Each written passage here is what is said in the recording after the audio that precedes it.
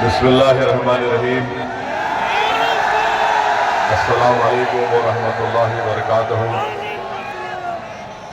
मोअज़्ज़िज़ हाज़िरीन इकराम, बुज़ुर्गान कौम और मिल्लत, मेरी सरदार माँ और बहनों, गयूर नौजवान साथियों, मंच पर जो हजरात बैठे हुए हैं, तशरीफ़ फरमा हैं और मीरापुर विधानसभा के मजलिस इत्तेहादुल मुस्लिमीन के उम्मीदवार कैंडिडेट मेरे भाई जनाब अरशद राना साहब, मगरबी यूपी के MIM पार्टी के अध्यक्ष मेरे भाई मेहताब चौहान साहब, ज़िला सदर इमरान कासमी साहब, उत्तराखंड के मजलिस पार्टी के सदर जनाब नैयर काज़मी साहब, फरमान एडवोकेट साहब और ख़ास तौर से जनाब शाहनवाज प्रधान साहब, जिन्होंने आज हमको यहाँ पर ये इंतखाबी जनसभा करने की इजाज़त दी, उनका बहुत शुक्रिया। अजीज़ दोस्तों और बुज़ुर्गों, पिछले 14-15 दिन से मैं महाराष्ट्र में वहाँ के विधानसभा के चुनाव में इंतखाबी मुहिम में मसरूफ़ रहा और कल रात धूलिया में एक जलसे को मुखातिब करने के बाद 3 घंटे के सफ़र के बाद हम औरंगाबाद पहुँचे और फिर सुबह 7 बजे की फ़्लाइट लेकर हम दिल्ली पहुँचे और दिल्ली से अल्हम्दुलिल्लाह गाड़ी से यहाँ पर 3 घंटे में पहुँचे हैं। मैं अल्लाह का शुक्र अदा करता हूँ कि अल्लाह मुझे यहाँ पर आने का मौका दिया, आपके दरमियान में खड़े होकर हमारे उम्मीदवार जनाब अरशद राना साहब और पार्टी के बारे में बोलने का मौका इनायत फरमाया। मैं आप तमाम का भी शुक्रगुजार हूँ कि आपने अपना कीमती वक्त निकाल कर आज आप यहाँ पर आए।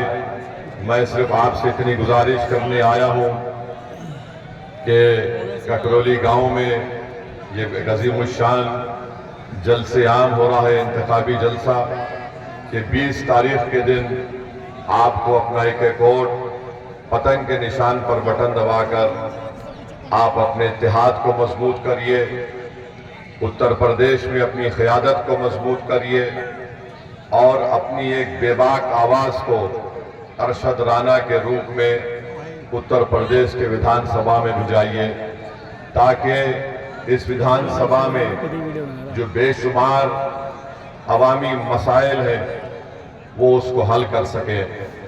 आप जानते हैं कि मीरापुर विधानसभा में बच्चियों के लिए, ख़वातीन के लिए कोई डिग्री कॉलेज नहीं है, अस्पताल नहीं है और यहाँ पर जो शुगर मिल है, मोराना शुगर मिल, उसकी कैपेसिटी बढ़ाना है, जिसके ताल्लुक से कोई विधायक या सांसद ने अब तक कोशिश नहीं की। गन्ने का रेट जो 450 रुपये होना चाहिए, अभी तक सिर्फ 300 रुपये दिया जा रहा है। इसकी मांग कोई नहीं कर रहा है और स्कूल नहीं है, रोड नहीं है, बिजली की सहूलत नहीं है और फिर यहाँ पर जो जोजा बिरादरी है उनको उनका हक भी नहीं दिया जा रहा है। और साथ ही साथ आप जानते हैं कि इस बिरादरी के लिए स्कूल की बहुत बड़ी ज़रूरत है, बुनियादी सहूलतें उनको मुहैया नहीं की जा रही हैं। साथ ही साथ इस विधानसभा में हमारे कुरैश बिरादरी के भी लोग रहते हैं जिनके कारोबार को जो बरसों से वो कारोबार करते हैं अपनी ज़िंदगी गुजारने के लिए, उसको यहाँ पर उत्तर प्रदेश की बीजेपी की सरकार ने उस कारोबार को ख़त्म करने की पूरी कोशिश की और कर भी रहे हैं। तो ये ऐसे मसाइल हैं मेरे अजीज दोस्तों और बुजुर्गों, जिसके लिए आपको 20 तारीख के दिन मुत्तहिदा तौर पर अपने एक एक वोट का इस्तेमाल पतंग के निशान पर करना है।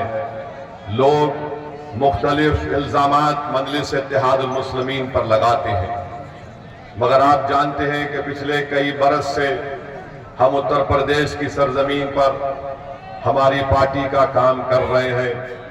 हम चुनाव लड़ते हैं, हारते भी हैं, कोई चुनाव जीतते भी हैं, मगर मैं आपको इस बात का यकीन दिलाने आया हूं, हम चुनाव के नतीजे देखकर हिम्मत हारने वालों का नाम मजलिस इत्तेहादुल मुस्लिमीन नहीं है। हमारे हौसले कल भी बुलंद थे, आज भी बुलंद रहेंगे इंशाअल्लाह ताला, मगर फैसला लोकतंत्र में, जमहूरियत में आपको करना है।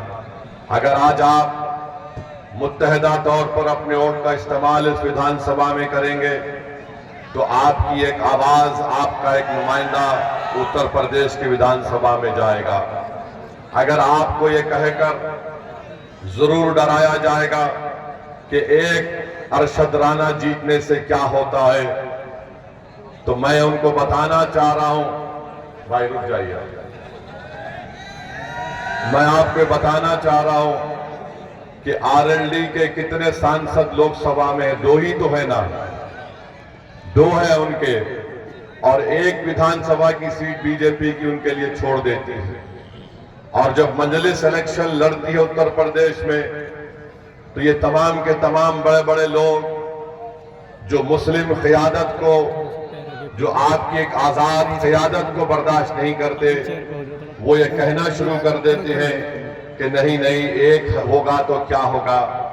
मेरे भाई, आरएलडी के 2 सांसद हैं और बीजेपी को ये विधानसभा की सीट छोड़ना पड़ा।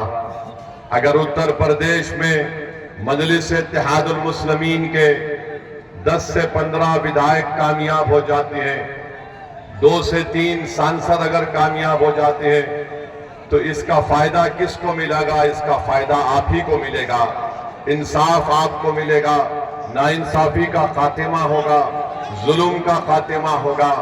ये बात हम बार बार आपके दरमियान में आकर कह रहे हैं कि भारत की लोकतंत्र में हर समाज के पास उसकी एक आवाज है, और जब तक आप उस आवाज को मजबूत नहीं करेंगे, उनको जिताएंगे नहीं, आपकी कोई तकलीफ दूर नहीं होगी। पिछले 4-5 महीने पहले पार्लियामेंट के चुनाव हुए। आज भारत की पार्लियामेंट में, चाहे वह अपर कास्ट हो या बैकवर्ड क्लास हो, इनकी आबादी के लिहाज से उनके सांसद जीत कर आए हैं। अगर एक समुदाय है जिनके सांसद आबादी के मुताबिक नहीं जीत पाए हैं, तो भारत की सबसे बड़ी अल्पसंख्यक समाज मुसलमान है। इसका जिम्मेदार कौन है बताइए आप? इसके जिम्मेदार किसी हद तक हम भी हैं, जो हम डर जाते हैं कि नहीं नहीं, अगर हम मजलिस को वोट देंगे तो बीजेपी जीत जाएगी। मेरे भाई, मैं आपसे ये कह रहा हूं, यकीनन बीजेपी को हमको रोकना है, मगर क्या हमारी जिंदगी की इब्तिदा खाली इनको रोकने में और फिर हमारी जिंदगी का खात्मा इनको रोकने में खत्म हो जाएगा? फिर हमारी आवाज कहां पर जाएगी? मिसाल के तौर पर मैं आपको बताने के लिए कह रहा हूं, आज भारत की पार्लियामेंट में नरेंद्र मोदी की हुकूमत ने एक वक्फ बिल का कानून, एक वक्फ बिल बनाने का कानून पेश किया। अगर मजलिस इत्तेहादुल मुस्लिमीन के कम से कम 3 MP होते, इम्तियाज जलील अगर औरंगाबाद से कामयाब हो जाते, अख्तरुल ईमान बिहार किशनगंज से कामयाब हो जाते, तो क्या मोदी इस तरह की हरकत करने के बारे में सोचते? और आप जानते हैं कि वक्फ बिल क्या है? ये जो वक्फ बिल नरेंद्र मोदी ने भारत के पार्लियामेंट में पेश किया, ये बिल ये कहता है कि कल अगर ये बिल कानून बनेगा तो कल कलेक्टर DM ये फैसला करेगा कि वाकई में ये मस्जिद वक्फ है या नहीं, ये खानका वक्फ है या नहीं, मदरसा वक्फ है या नहीं, या कब्रिस्तान वक्फ है या नहीं। और वक्फ यूजर को इस बिल में निकाल दिया गया है।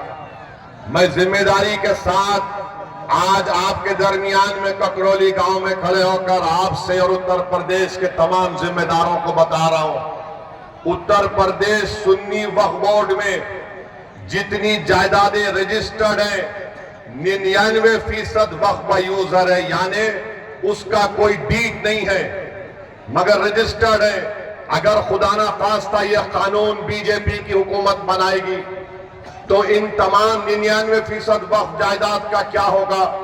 क्योंकि मोदी ये कह रहे हैं कि जो जायदाद वक्फ होती है हम और आप मानते हैं कि उसका मालिक अल्लाह होता है, सुबह क़यामत तक मालिक उसका अल्लाह होता है, मगर मोदी इस तरह का बिल पार्लियामेंट में पेश कर रहे हैं कि मालिक अल्लाह नहीं होगा, मोदी होगा और मेरा नायब का डीएम होगा, कलेक्टर होगा।